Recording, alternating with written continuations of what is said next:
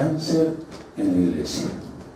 Estuve leyendo algo acerca del cáncer y la descripción que hacen los científicos es que es un conjunto de enfermedades, generalmente silenciosas, de lenta aparición e indoloras en su fase inicial.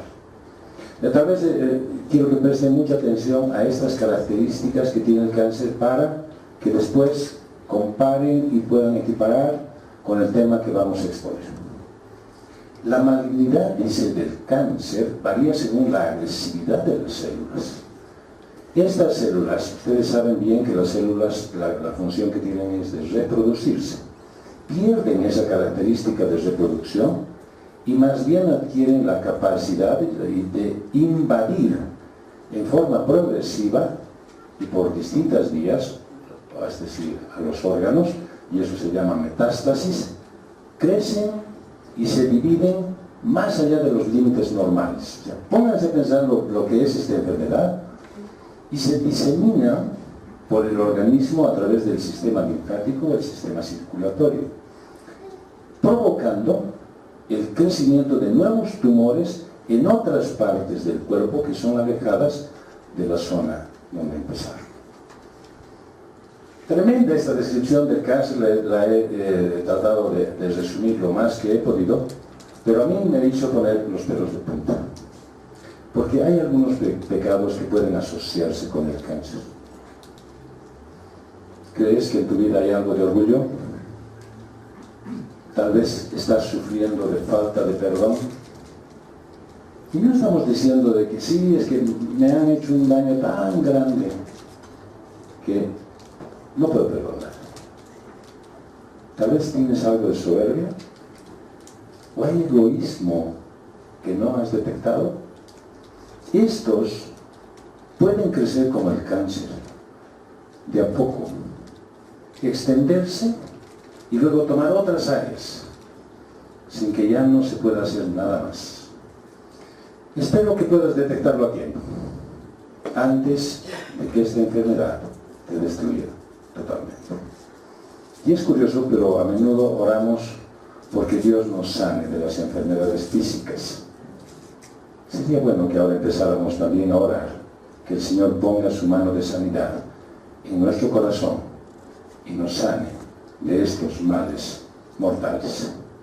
Esta pudo haber sido una serie, la serie del cáncer, porque hay diferentes tipos de cáncer, igualmente hay diferentes tipos de pecados que se vuelven tan agresivos como el cáncer. Vamos a describir el primero, el cáncer del orgullo. El pasaje que nos va a guiar está en Daniel 4, 29 al 37, no lo voy a leer todo, sino lo vamos a ir poniendo en exégesis. La Biblia dice que el orgullo es pecado. Y todo pecado alcanza al pecador. Y que la paga del pecado es muerte. Y las consecuencias de ello son devastaciones que producen cáncer del orgullo. Y en estas personas se vuelve algo terrible. Dice en el verso 29 y 30. Pero 12 meses después, mientras ¿quién es este? Está hablando del rey Nabucodonosor. Se paseaba por el palacio real de Babilonia.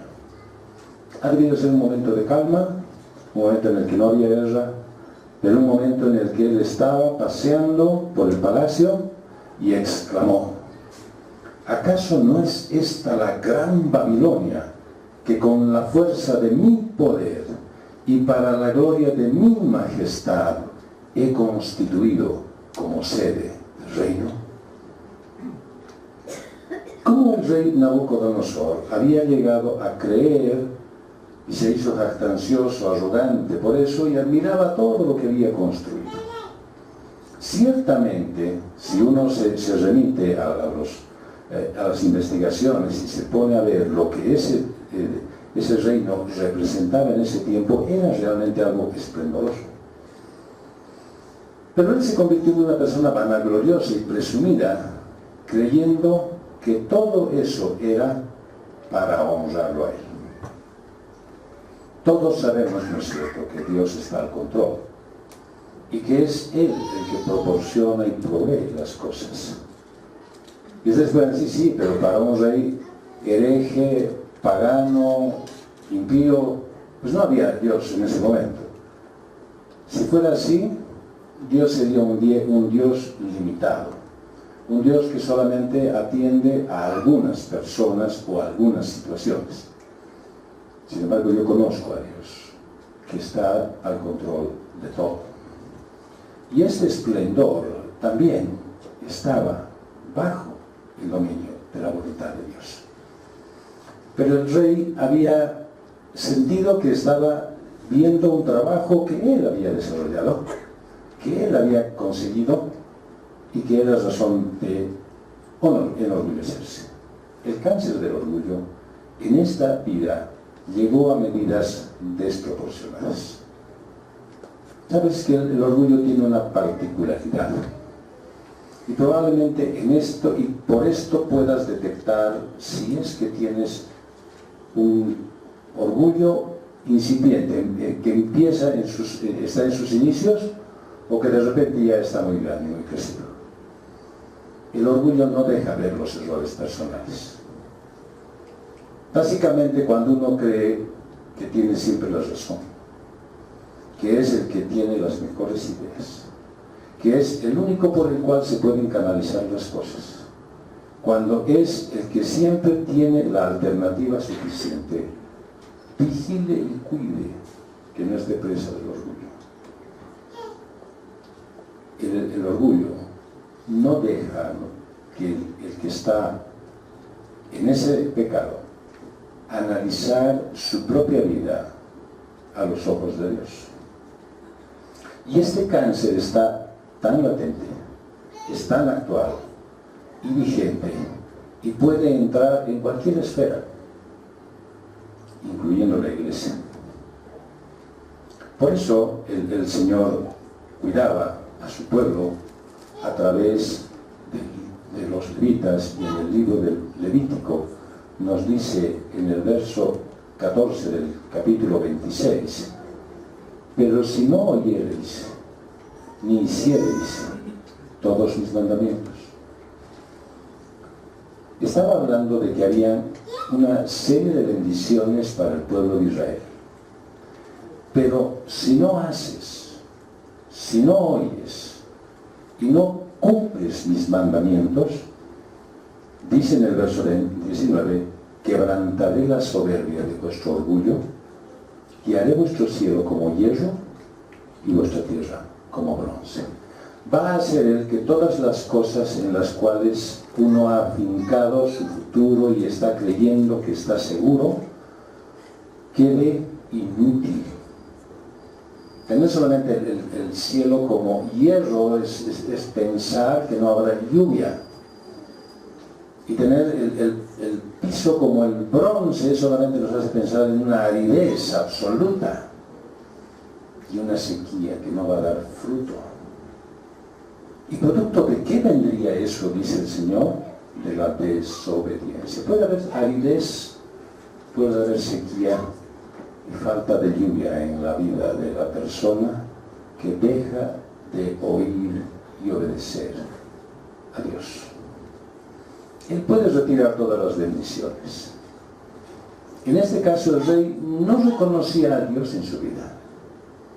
Obviamente el rey pagano, y estaba en un error completo, y era necesario que existiera la mano de Dios para que algo pase. Por eso mismo este hombre, este rey, todo el tiempo se estaba gloriando como el autor de su éxito. Quiero conducir nuestra mente a pensar en cuántas veces nosotros nos hemos sentido animados por nuestro propio ego a decir: esto es producto de mi trabajo, esto es producto de mi esfuerzo, esto logro porque yo soy capaz. Hermanos, el cáncer dice que empieza de bien poquito y no se lo nota. Y uno puede decir verdaderamente: sí, para eso he estudiado, por eso me he preparado, para eso estoy capacitado y por eso me va bien. El rey Nabucodonosor había puesto a un lado a Dios porque lógicamente no lo conocía. Y la consecuencia de eso, y el pasaje se los dejo ahí para que ustedes puedan leerlo en la casa, la consecuencia es que él fue retirado del reino. ¿Sabes? El orgullo de creerse inmortal, de creerse imprescindible, tiene como consecuencia el que te muestre el Señor todo lo contrario, que no eres ni inmortal ni imprescindible. Y tú dirás, sí, pero eso solo lo hace con los hijos de Dios. Yo a Nabucodonosor no lo conocía como hijo de Dios hasta ese momento. Él era un rey pagano.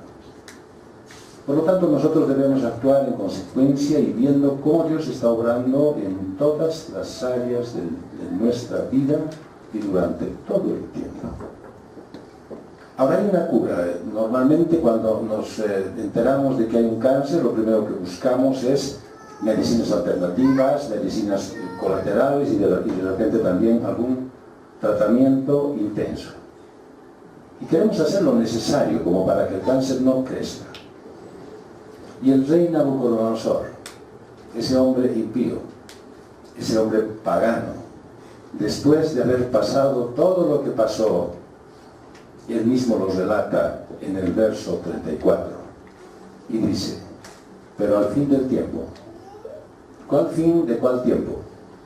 El tiempo que el Señor había dispuesto para que este rey sea tratado exactamente como Dios quería que sea tratado.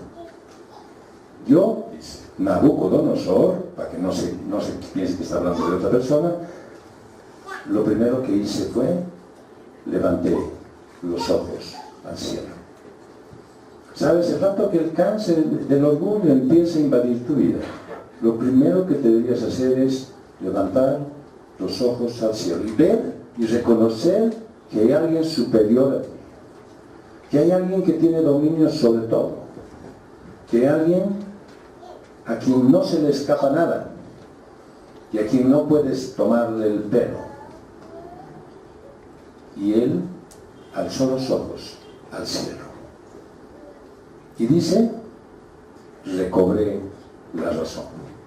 Eso quiere decir claramente que él hizo un análisis de su situación, comparó lo que estaba pasando con lo que le sucede hoy y se dio cuenta que él tenía la necesidad de darle la gloria a Dios, de reconocer, de quitarse su idea personal de que él era el dueño de la situación. Al humillarse y reconocer que hay Dios, recobró la razón, es decir, puso las cosas en su lugar, en su vida. Y entonces dice el verso 34, bendije al Altísimo. Empezó a hablar bien de Dios, porque empezó a reconocer, y lo más probable que le puede pasar a una persona en este tiempo, en bendecir a Dios, es leer su palabra, empezar a entender lo que Él mismo dice de Él en la Biblia. Y alabé y glorifiqué, eso es lo que hizo Nabucodonosor, ¿a quién? Al que vive para siempre. Antes, ¿a quién glorificaba? Antes, ¿a quién alababa? Bueno, pasaba por el espejo y se detenía. Y casi se prendía una vela. Ahora, después de haber tenido que pasar lo que pasó, él reconoce que es la gloria de Dios, que es el momento de alabar y de glorificar al Señor, que era la circunstancia propicia para reconocer el todo poderío del Señor. Y él lo describe a Dios como alguien que vive para siempre, cuyo dominio es sempiterno. Para alguien que no entiende el término, es de un principio hasta el otro y el final, y que no tiene límite, y cuyo reino permanece por todas las edades. El único El único que puede y puede sin ningún límite pretender quedarse en el gobierno durante toda su vida es Dios.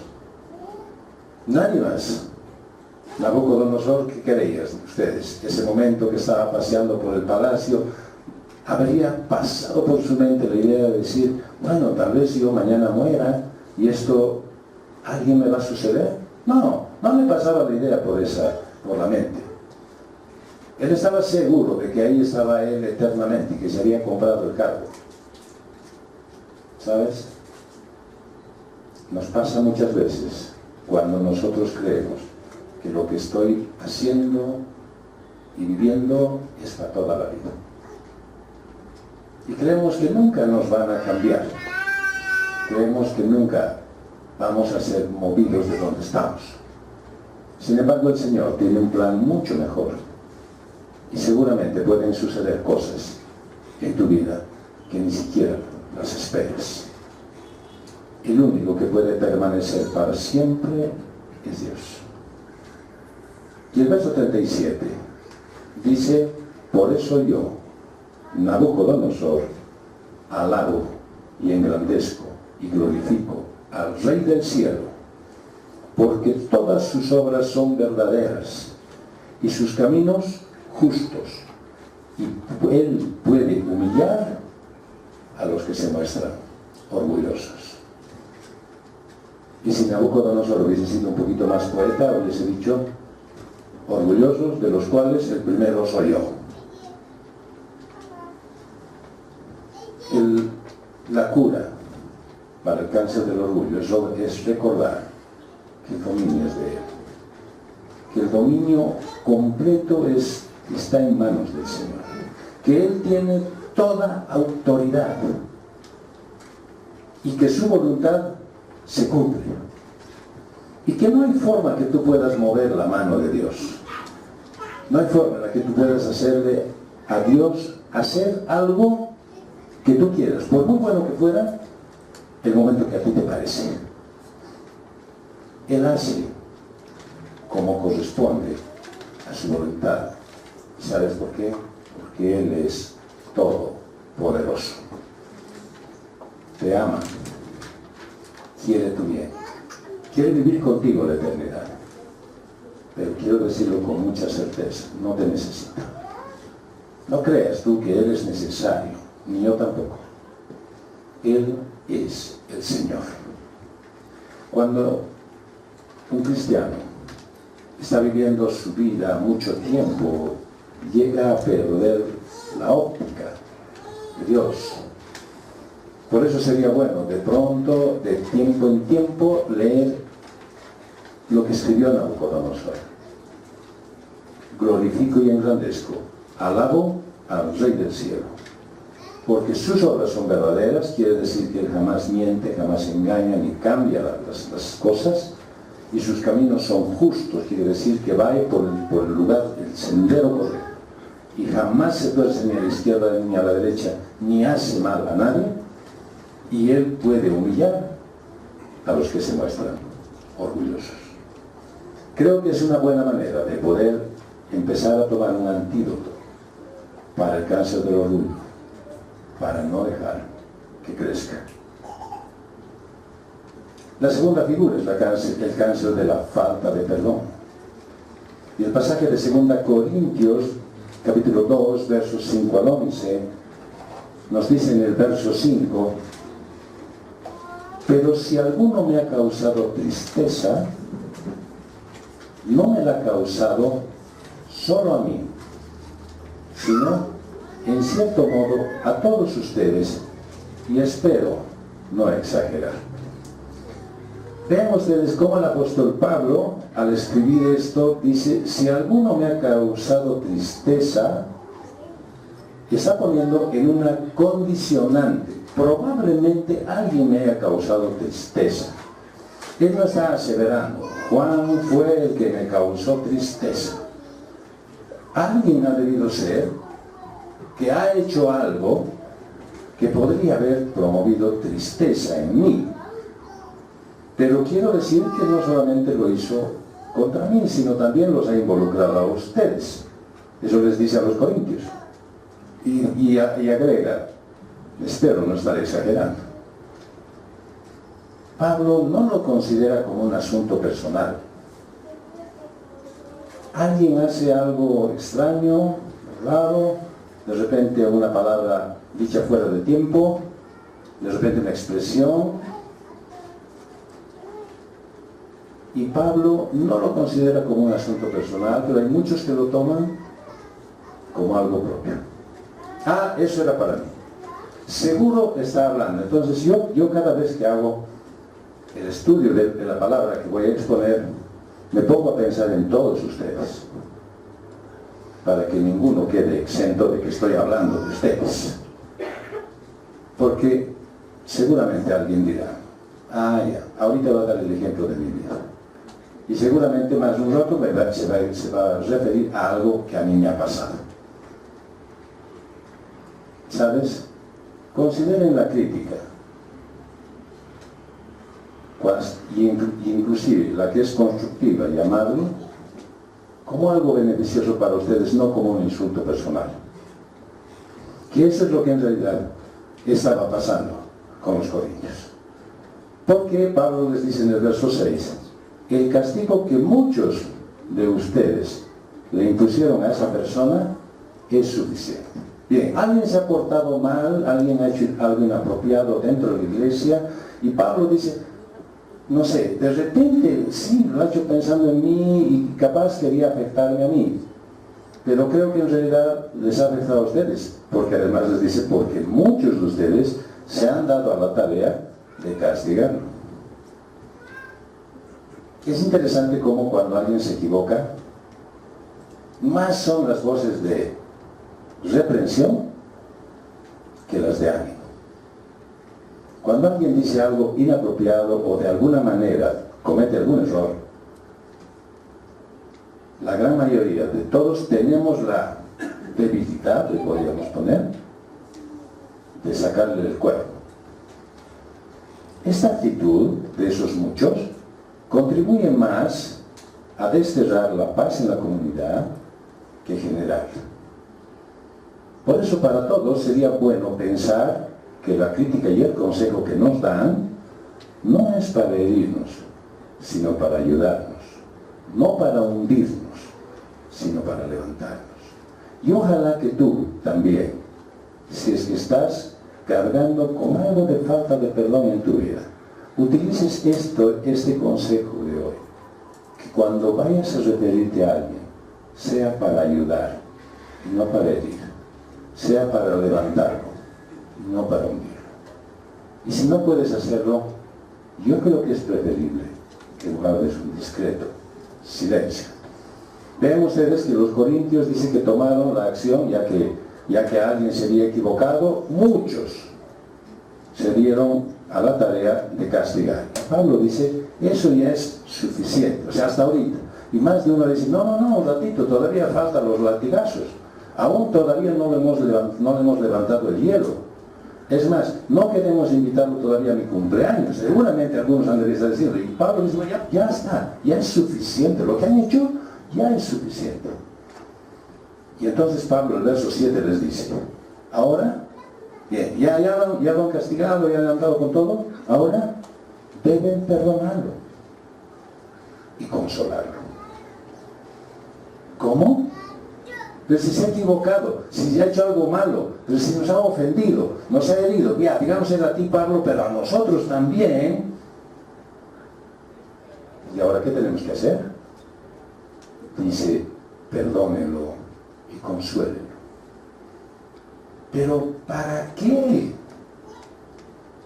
Y Pablo es bien claro. De lo contrario, podría sumirlo y consumirlo la tristeza. ¿Sabes? Cuando alguien se equivoca y lo sabe y lo reconoce, lo menos que espera es que tú saques el sable samurái y le quieras cortar la cabeza. Lo menos que espera es que tú saques tu bloque de hielo y se lo pongas encima. Lo menos que él espera es que tú lo lastimes, porque sabe y reconoce que se ha equivocado, y aunque no lo hiciera. si estás realmente equivocado. Él no necesita un sable samurái, no necesita un bloque de hielo. Necesita que lo consueles y lo perdones. Porque de lo contrario, dice el mismo apóstol Pablo, podría consumirlo, la tristeza. ¿Cuánta gente andará muy triste porque no puede venir aquí a la iglesia? Porque dice, si voy me voy a encontrar con alguien y me ha maltratado. Y no puedo ir a la reunión de Navidad de mi familia porque me voy a encontrar con alguien que no me pasa. Y no puedo ya en mi trabajo ni levantar la cabeza porque veo que varios me acusan. Y cuando estaba en mi grupo de amigos, qué feliz era, pues ya no puedo regresar porque me tratan mal. Y están tristes. Y se les acabó la sonrisa. Y ya no pueden hacer nada por ayudarse ellos mismos. Porque en realidad la pelota no está en su cancha, está en la tuya. Y tú tendrías que ayudarlo. Y Pablo dice en el verso 8, por lo tanto, les ruego que confirmen su amor hacia él. No solamente digan, ya perfecto Pablo, ya que tú dices, bien, perdonado está. No, confirmen su amor por él. Vayan, abrácenlo. Han de sentir que es verdad lo que ustedes dicen. Han de notar el cambio. Hagan que verdaderamente él encuentre sosiego en su alma. Confirmen su amor a él. ¿Sabes? El propósito cristiano no es convertir al pecador en un proscrito, sino animarlo y restaurarlo pronto. Ese es el propósito cristiano. Y Pablo insistía en que el castigo no debe sumir en la desesperación ni desanimar a la persona. Tal vez tú tienes algún desencuentro con tu hijo, tal vez se ha portado mal, te ha hecho renegar, tal vez quien te ha hecho renegar es tu cónyuge y se ha portado inapropiadamente, o tal vez es alguno de tus familiares que no está de acuerdo a lo que tú quisieras que fuera. ¿Qué dice que deberías hacer? Confirmarle tu amor hacia él, perdonarlo, consolarlo y confirmarle que lo amas. No importa que no te pida perdón, no importa que digas, ay, sí, pero ese siempre será su actitud y así se va a comportar todo el tiempo. No está en análisis eso. Lo que está en análisis es tu actitud ante una ofensa.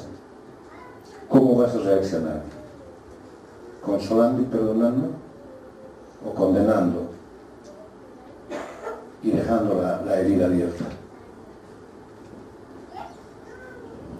Pablo dice en el verso 11, no vaya a ser que Satanás se aproveche de nosotros, pues conocemos sus malignas intenciones.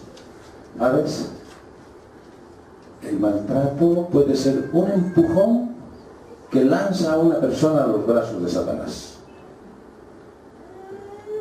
La severidad puede que le aparte a uno de la iglesia, mientras que la corrección amable es más posible que lo mantenga en ella. ¿Se dan cuenta ese término que utiliza Pablo? Ahí está Satanás listo para aprovecharse, ¿no? O sea, me causa, digamos, hilaridad, que es el sentimiento más sencillo que tengo, para cuando estamos usando el transporte público y se para en media cuadra, en la segunda vía del medio, y alguien dice, voy a aprovechar.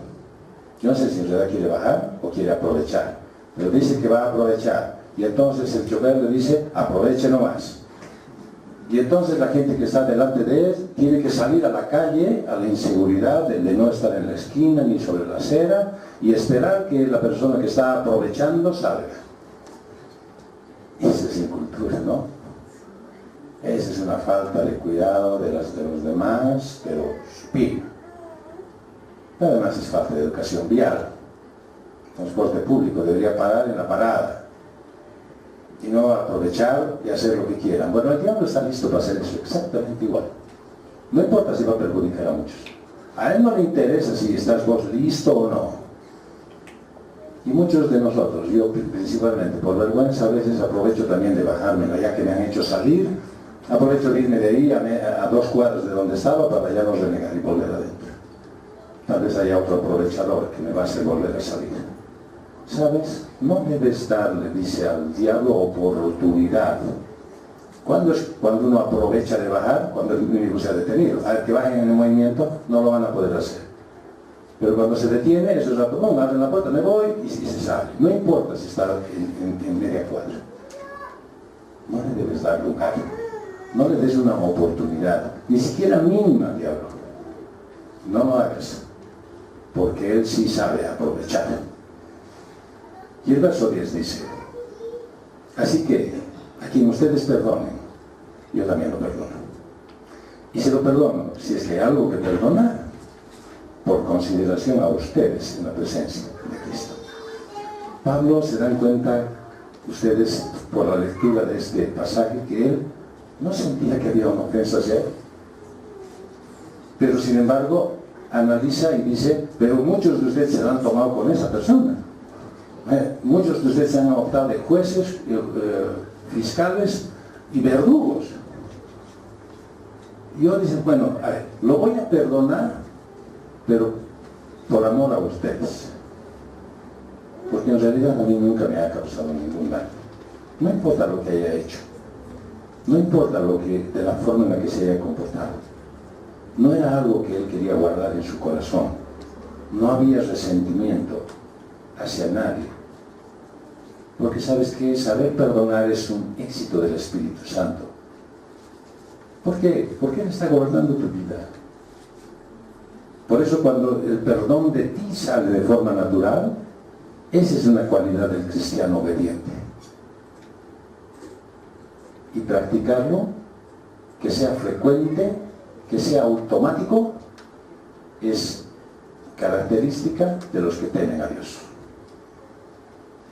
Es decir, si estás guardando algún resentimiento, ya sabes que hay un cáncer en progreso, pero también tienes el antídoto para poder enfrentarlo. Seguimos con nuestra analogía y el cáncer de la soberbia hace su aparición y nos hace ver lo común y complicado que es en el pasaje de Segunda de Reyes 5, del 1 al 15. El verso 1 dice, cierto general del ejército del rey de Siria, llamado Naamán, era un hombre muy importante. Su señor lo tenía en alta estima, porque por medio de él, que era un guerrero muy valiente, el Señor había dado la victoria a Siria, pero Naamán era un leproso. Solamente pónganse a pensar en el precioso currículum que tiene este general del ejército sirio. Y no lo describo yo, sino lo hace la Biblia, porque dice cierto general. Quiere decir que ya era una autoridad militar de alto rango. No era un soldado raso, no era un coronel, sino era un general. Prácticamente alguien que comandaba, alguien que estaba a cargo, como se podría decir, a la cabeza de.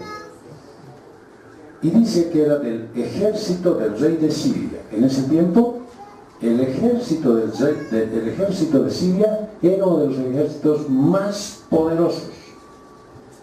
Y Siria era uno de los países más progresistas, o de los reinos. Por lo tanto, ser parte del ejército de Siria era prácticamente como ser del equipo que está ganando todos los partidos en el campeonato. Va a salir campeón. Seguro.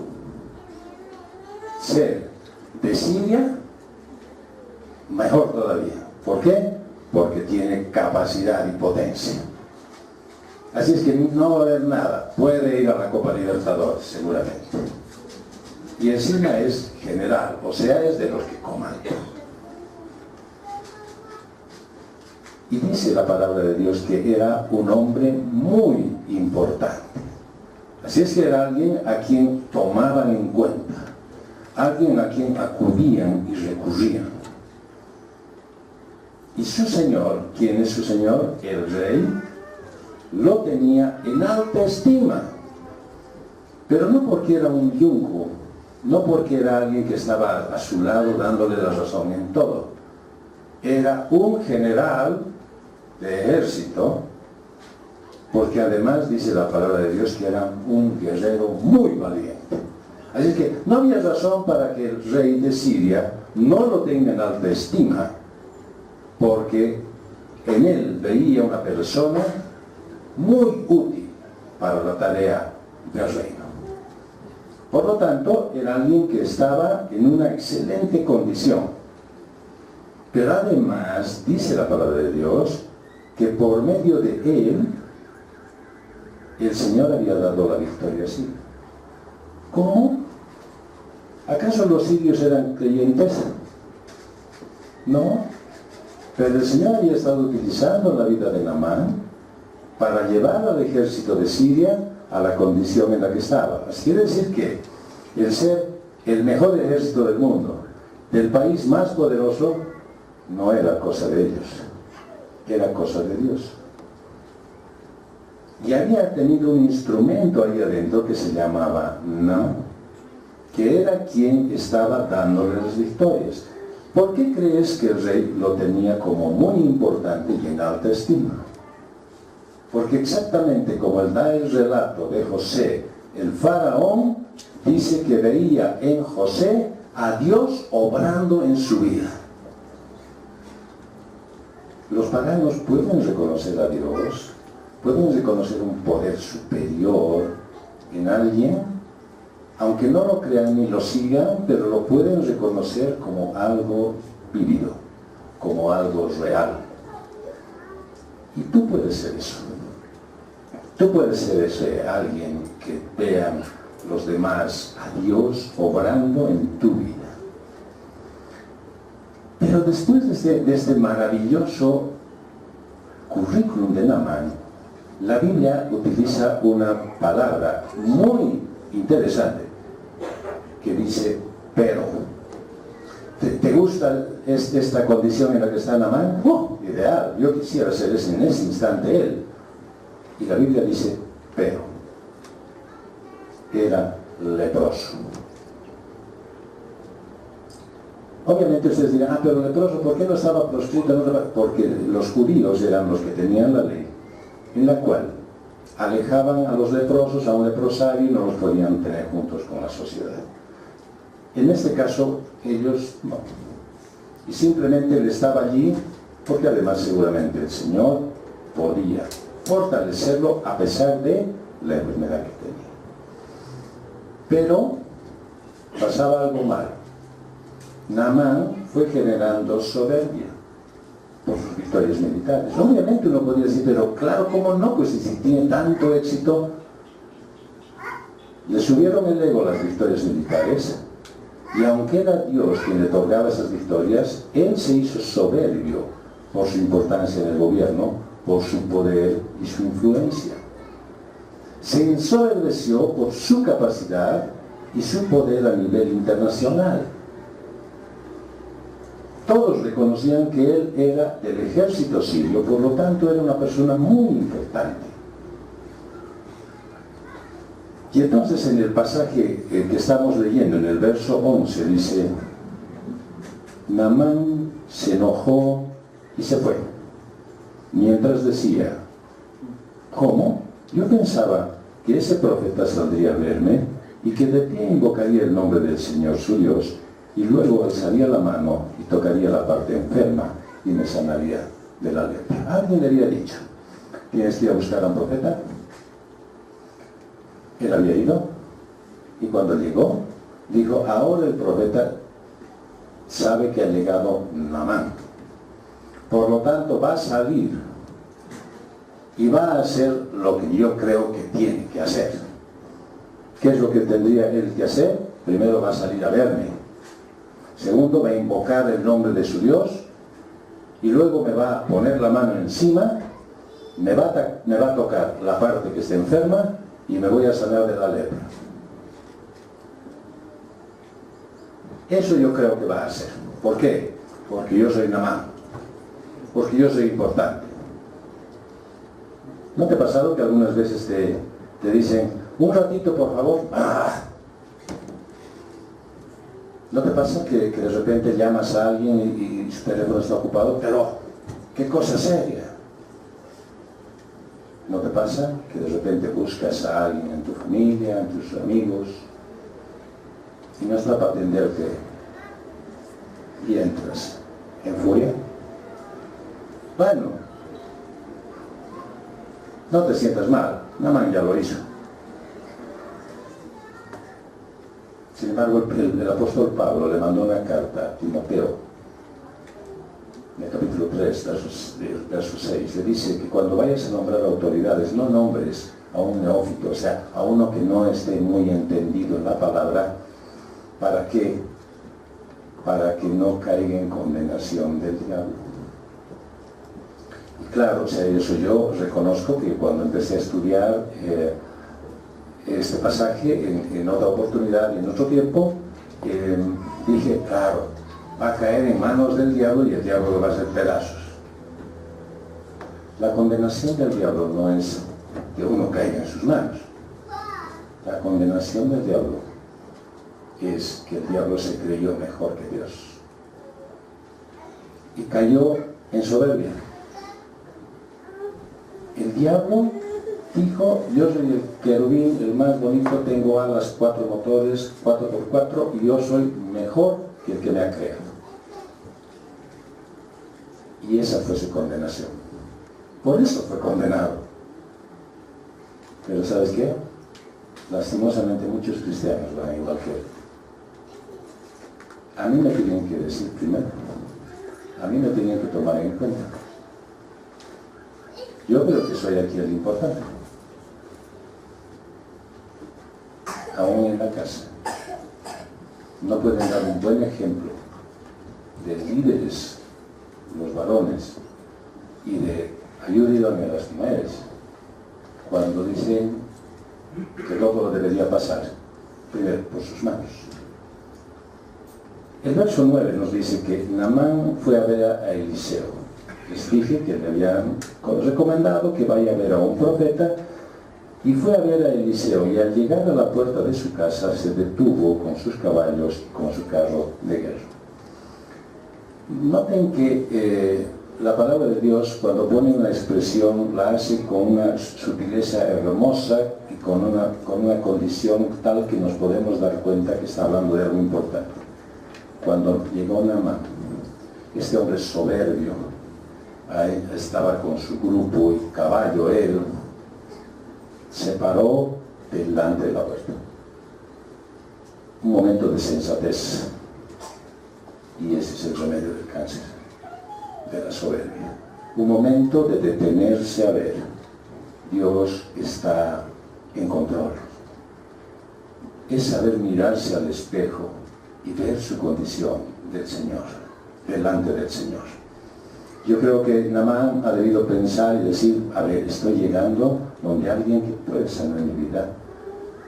Me puede entrar caballo y todo a su casa, pero me pararé aquí educadamente esperando que él salga. Por eso, se dan cuenta que cuando no salió el profeta, Naamán entró otra vez en su carácter normal y dijo, no, este debería salir a recibirme, la alfombra roja era para mí. ¿Por qué no me ha preparado ahí una comida más para que yo pueda ser atendido? Dice que le mandó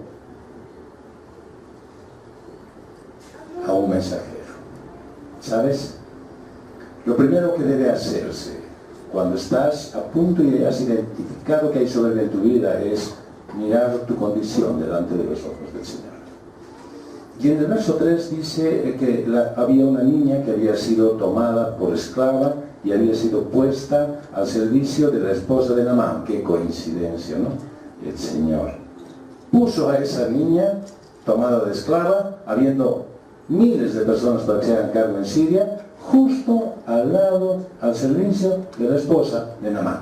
Y obviamente la niña le dijo a su señor, verso 3, si mi señor, Naamán, acudiera al profeta que está en Samaria, él lo sanaría de la lepra. ¿Sabes? Ese remedio, el remedio contra este cáncer es escuchar a alguien que te dice, debes creer todo lo que Dios dice de sí mismo. Debes prestar atención a todo lo que Dios dice en su palabra. Vos de repente dices, no, pero yo soy cristiano, hace mucho tiempo que estoy en esto, pero no estás prestando atención. Hay alguien que te está llamando otra vez la atención sobre esto. Por favor, pon cuidado de tu vida y escucha lo que Dios dice. Y en el verso 10 dice, entonces Eliseo mandó un mensajero a que le dijera, ve y lávate 7 veces en el Jordán y tu carne volverá a ser como era antes y quedarás limpio de la lepra. Le dio la receta. Tienes que hacer esto. Bajarte de tu caballo primero, porque tu caballo no tiene lepra, y zambullirte 7 veces en el río, en el agua del río. Y vas a ver que el resultado será que tú vas a salir con una piel casi como la de un niño. Entonces el remedio es escuchar a todo aquel que te vuelve a recordar que debes depender de su voluntad. Tal vez ya has hecho un intento, 2, y alguien viene y te dice, ¿por qué no confías en Dios? ¿Por qué no le crees? Y vos dices, no pues, ya he hecho eso. Volver a hacerlo. Regresa otra vez. Retornar. No, pero es que no me parece buena la idea de zambullirme 7 veces en el río. Eso es lo que estaba pensando Naamán. Y en el verso 14 dice, Naamán fue al Jordán y se zambulló 7 veces, conforme a la palabra del varón de Dios, y al instante quedó limpio. Y su piel volvió a ser tan suave como la de un niño.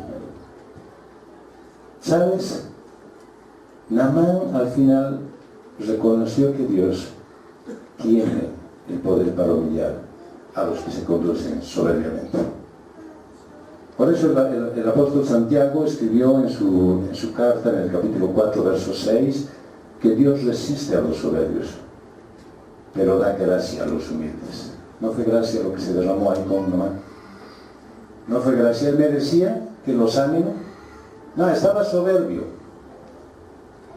Él en el verso 13 ya había decidido irse. Bueno, ya que no sale el profeta, ya que no me atienden como yo quiero, ya que no me dan lo que necesito, me voy, ¿no es cierto? Agarro mi pelota y salgo de esta cancha. Y entonces, dice, sus criados se le acercaron y le dijeron, verso 13, ay Señor, si el profeta te hubiera mandado a hacer algo más impresionante, si te hubiese dicho que hagas 100 policinelas, que pelees contra 3 samuráis a la vez, que trepes un cerro, ¿acaso no lo harías? Pues con más razón si te ha dicho, lávate y quedarás limpio. Claro, él su razón decía, primero que no sale este profeta, he venido a verlo y no sale. Segundo, me dice que me zambulle en un río que es sucio. Hay mejores ríos en Siria. No, dice que tienes que hacer lo que Dios dice que hagas. Por eso, cuando él se humilló y fue hasta el río y se zambulló las 7 veces, no dijo, ya van 3, ya sufi, ya pues 7 veces, Entonces se hizo lo que la palabra de Dios dice, que Dios resiste a los soberbios. No me va a dar nada, pero da gracia a los humildes. Y recibió la gracia de Dios. Recibió sanidad completa de su cuerpo. Y encima dice que su piel era como la de un niño. Seguramente otra persona más ha debido estar feliz con eso.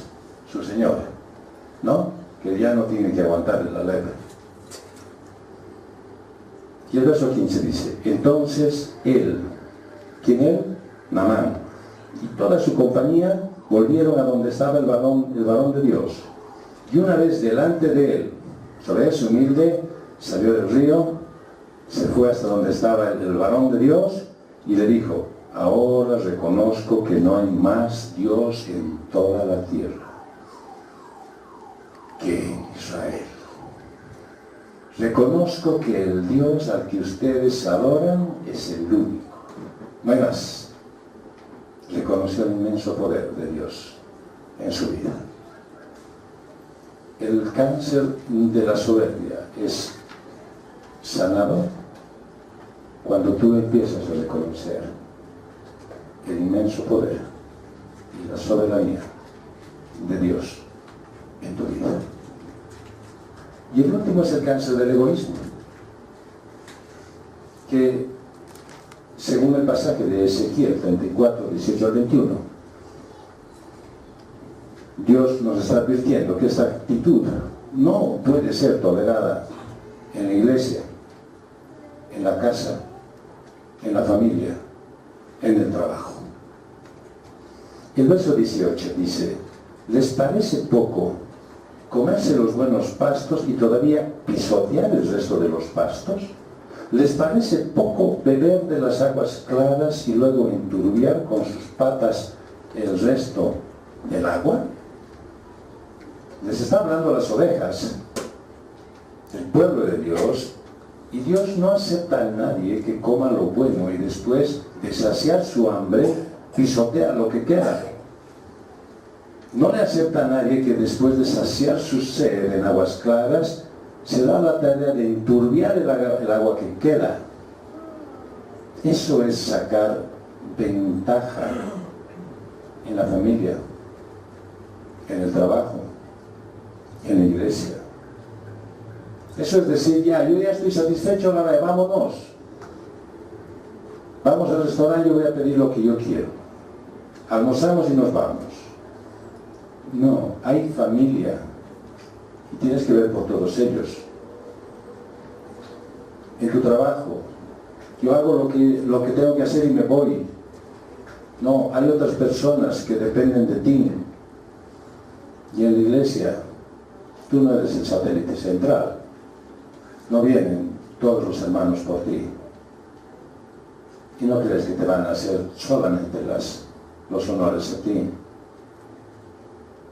Y vas a aprovechar de lo que es y dices, sí, perfecto, yo voy a la iglesia y lo aprovecho, pero no participo en nada más.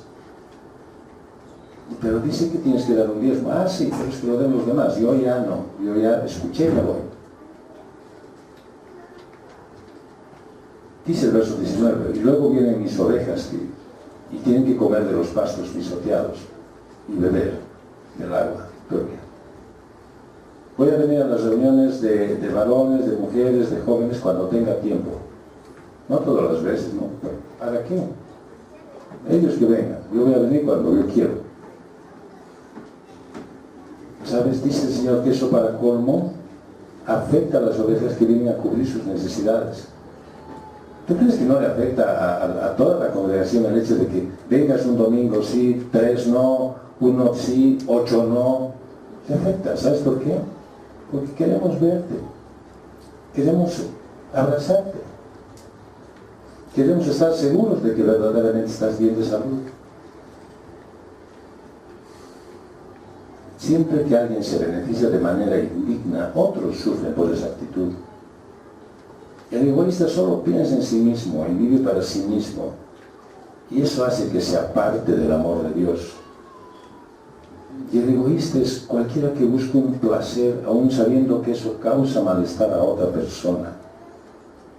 Cuando en un hogar solo uno es el que disfruta de estar ahí, algo no está funcionando bien. Y el verso 21 dice, ya que ustedes empujaron por el costado y con el hombro a las ovejas más débiles, les está hablando a las más robustas, y además las cornearon hasta dispersarlas y echarlas del rebaño, yo voy a juzgarles. ¿Sabes? El cáncer del egoísmo hace que alguien pierda el respeto de los derechos de los otros. ¿Cuándo? Cuando trata de lograr sus propios deseos. El egoísta es el que vive en lujos mientras otros están en pobreza y no hacen nada al respecto. El egoísta es alguien que ha hecho un dios de su propia comodidad y ambición. Pero tiene que haber un antídoto para esto. Sí, por supuesto. El Señor lo ha puesto claramente en Filipenses 4, 11 al 13. No lo digo porque tenga escasez, pues he aprendido a contentarme, cualquiera sea mi situación. Sé vivir humildemente y sé tener abundancia en todo y por todo estoy enseñado, así para estar saciado como para tener hambre, así para tener abundancia como para tener necesidad. Todo lo puedo en Cristo, que me fortalece. Puedo vivir en la condición que sea. Yo no tengo problema. El antídoto contra el egoísmo es el contentamiento. Es preferir el bien de los demás antes que el bien suyo y propio. Y es tomar la actitud de alguien a quien Pablo lo pone como un ejemplo en Filipenses 2, 19 al 21. Espero en el Señor Jesús enviarles pronto a Timoteo para que yo también esté de buen ánimo al saber del estado de ustedes. Pues a ninguno tengo del mismo ánimo y que tan sinceramente se interese en ustedes. ¿Qué manera de describir a una persona? No conozco a alguien que tenga tantas ganas de preocuparse por los demás. Porque todos buscan lo suyo propio, no lo que es en Cristo Jesús. Ojalá que el antídoto para el cáncer del egoísmo esté en tratar de imitar la actitud de Timoteo, que fue alabado por Pablo, diciendo que él es el único, porque no encuentra otro, que tan sinceramente se interese de ti. ¿Sabes? Puedes poner ahorita en un baremo, puedes poner en una medición esto, para ver si tienes un cáncer del egoísmo incipiente. ¿Cuándo ha sido la última vez que llamaste a alguien que sabes que está en la iglesia y que está enfermo? ¿Cuándo fue que te diste tiempo para orar por alguien que en realidad tienes conciencia de que necesita oraciones? ¿Cuándo fue? Si empiezas a decir, no fue esta mañana, ya hay mala señal. Ya hay mala señal. Quiere decir que estás más preocupado por ti, por tus cosas, que por las cosas que Dios las pone como importantes. Vamos a concluir diciendo que, así como el cáncer es silencioso, agresivo, invasivo, mortal, del mismo modo el orgullo, la falta de perdón, la soberbia y el egoísmo dañan a las personas fatalmente. ¿Sabes? Son pecados que se instalan sin pedir permiso, sin hacer notar su presencia y empiezan a corroer el alma. Pues es necesario que tomes todo el consejo de Dios para tu vida y le pidas a Todopoderoso que te quite estas cosas que están contaminando, estos males que están contaminando tu ser. El orgullo destruye las relaciones y hace que los problemas se hagan más grandes porque nadie quiere ceder. Destruye las familias cuando el que puede aceptar su falta no lo hace y más bien culpa a los demás. La falta de perdón te aleja de Jesús, porque no puedes haber recibido perdón y no poder perdonar. Y el perdonar no debe ser un evento especial, no debe ser una circunstancia única en tu vida. Debería ser más bien algo que lo gozas todos los días de tu vida. Debería ser una forma de vida para ti. Y si aplicas no juzgar, tener empatía, reconocer que los demás pueden estar equivocados, sabes que pueden ser ayudados por ti. Entonces perdonar va a ser una práctica sencilla. La soberbia y el egoísmo no son cosas muy comunes del diablo y te arrastran a pecar. Pero puedes pedirle a Dios que te limpie de esa maldad. Yo puedo recomendarte algo antes de terminar, que si has estado intentando y no puedes lograrlo, es necesario que tú le pidas al Señor Jesús que sea tu Señor y Salvador.